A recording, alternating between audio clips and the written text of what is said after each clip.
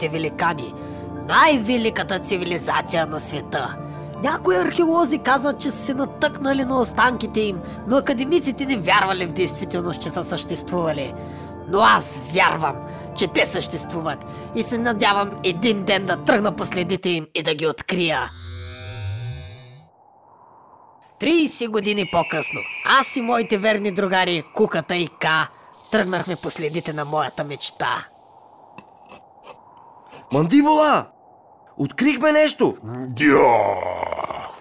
Я? Кука, Ка! Най-после попаднахме на истинска следа.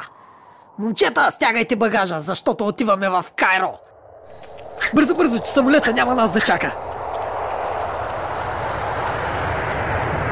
Според картата, която беше разпечатана на онзи кокъл, трябва да търсим следа около Сфинкса. Винаги съм искал да видя пирамидите.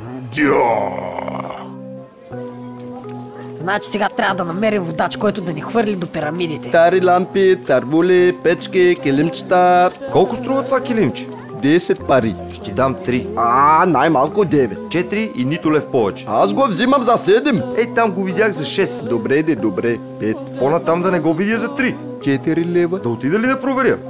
Добре, знам. Да, има го по-нататъка на 3 лева. А някой даже го дават и за 2. Така че аз ще го дам за 1 лев. Ще се пазари, той с не се бърлия. От 20 години продавам боклуци на Сергията пред къщи. А ти за ко си го купи този килим? Нищо, струва 1 лев. Добре, да си намерим водач, но да внимаваме да не попаднем на мошеник. Но кой да изберем? Те са бая. Ей, този, че е най-прилича на такси.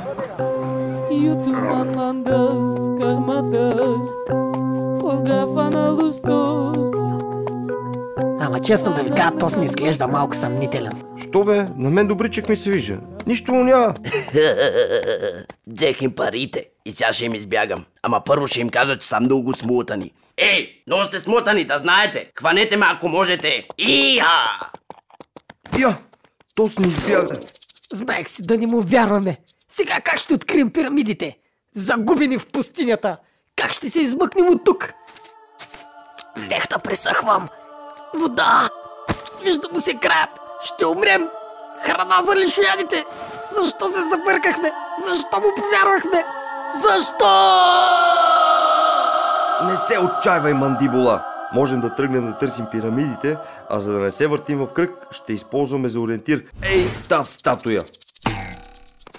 Ка! Този египтян се оказа голям шмил. Завел ни точно до мястото, което търсихме. Великия Сфинкс. Тук някъде трябва да е следата, която ми посочи онзи кокъл. Ето.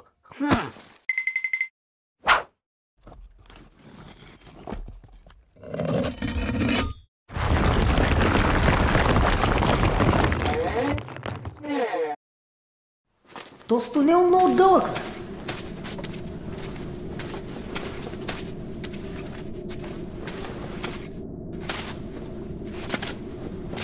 Тъй. Сега какво правим? Ами ще трябва да изберем един от тези тунели и да тръгнем по него. Но как ще намерим после пътят за обратно? Сетих се! Ще закачим килима, който купи върху тунела, от който дойдохме, а ще тръгнем по отсрещния. Бива го планът. Надявам се нещо да не се обърка. Иначе този тунел май е по-широк. По-широк. Същия бе. Не, по-широк е. Кука, ти как мислиш? Мисля, че Куката е прав. Пътя не беше толкова лош. Какво гледате, бе? Котю! Ка, Кука, добре дошли в светът на великаните. Мандибула, виж тунела! Явно сме попаднали в друго измерение, а тунела е някакъв портал, рейшли. А това явно е карта. Какво ли описва? Аз ще ви кажа какво описва. Описва пътя на нашите открития, пътя на нашето завоевание, пътят на нашето величие. Защото, драги мои приятели, ние пишем историята. Една нова история, която ще промени безвъзвратно представата ни за света. Браво, браво!